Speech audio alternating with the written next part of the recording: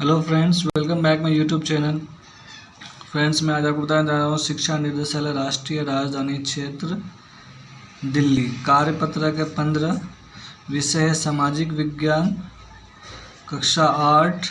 यहाँ विद्यार्थी का यानी अपना खुद का नाम लिख सकते हैं या कक्षा अध्यापक यानी अपने क्लास टीचर का नाम लिख सकते हैं। और यहाँ है तिथि 10/9/2019। फ्रेंड्स, उसके बाद है अनुसूचित जाति एवं अनुसूचित जनजाति के अधिकारों की रक्षा। तो हमारे देश में कई हसियाई समुदाय के लोगों को भेदभाव और शोषण से बचाने के लिए सरकारी नीतियों के अलावा कई कानून बनाए गए हैं, जिसमें समूह के लोगों को अधिकारों की रक्षा की प्रावधान है। इसमें कुछ भी निम्न प्रकार के हैं। अनुसूचित जाति SC एवं अनुसूचित जनजाति ST अत्याचार निवारण अधिनियम 1989। फ्रेंड्स, उसके बाद है इनके कुल 4 भाग हैं। तो हम पहला बताने जा रहे हैं आपको। अनुसूचित जनजाति किसी व्यक्ति को कोई गंदा पदार्थ खाने पीने के लिए विवश करने पर सजा का प्रावधान है। नंबर 2 है अनुसूचित जनजाति के किसी व्यक्ति को निर्वस्त्र करके घुमाना या उसके चेहरे पर रंग लगाना या कोई ऐसा कृत्य करना जिसके मानवीय प्रतिष्ठा को ठेस पहुँचे, इस सजा का प्रावधान है। अनुसूचित जनजाति के किसी व्यक्ति के नाम पर आवंटित की गई जमीन पर कब्जा करने पर सजा का प्रावधान है। उसके बाद अनुसूचित जाति एवं अनुसूचित जनजाति की किसी महिला को अपमानित करने या उस पर हमला करना या उसके साथ जबरदस्ती करने पर सजा का प्रावधान है। यह कानून 1989 में इन समुदायों की मांग पर बनाया गया था और इन कानून में शारीरिक रूप से खौफनाक और नैतिक रूप से निंदनीय अपमान स्वरूपों में फ़र्क कर सूची दी गई है। इसका मकसद दोषी लोगों को कानून के समक्ष लाना था।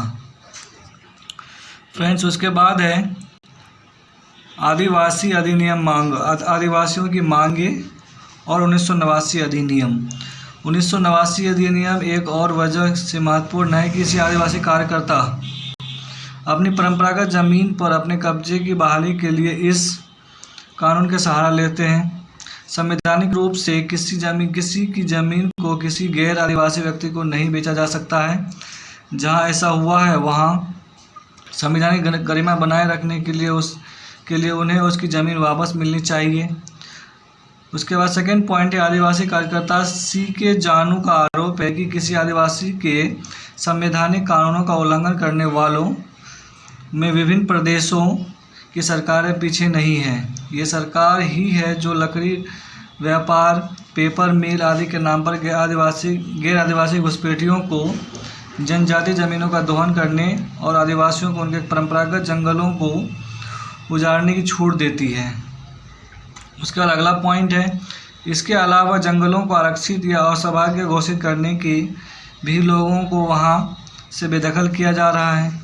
और उसका अगला पॉइंट है सुश्री जानू का यह भी कहना है कि जब सरकार आदिवासियों की छीनी गई जमीन पर औद्योगिक या अन्य परियोजनाओं का निर्माण के लिए बेहिसाब पैसा खर्च कर सकती है तो इन विस्थापितों को पुनर्वास की मामूली खर्च क्यों नहीं कर सकती, हिचकिचाती है।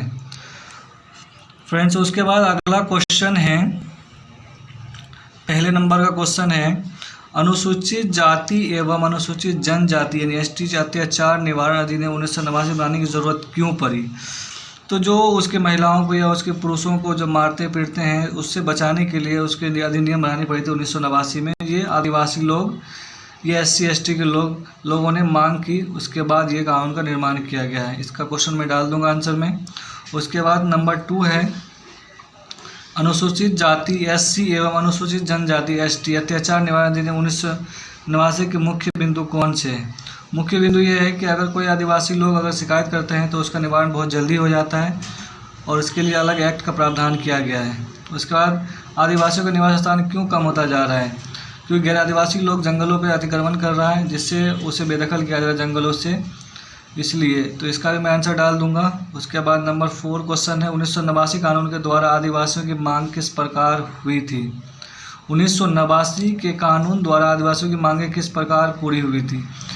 आदिवासियों ने आंदोलन करने के बाद सरकार को लगा कि ये कानून बनाने की ज़रूरत है और उसके बाद कानून के निर्माण किया गया, इसलिए आदिवासियों की हर एक मांगें मानी गई थी उसमें, और सज़ा का प्रावधान दिया गया था। फ्रेंड्स, इस चारों क्वेश्चनों का आंसर मैं डाल दे रहा हूँ अभी इसी क्वेश्चन बाय क्वेश्चन।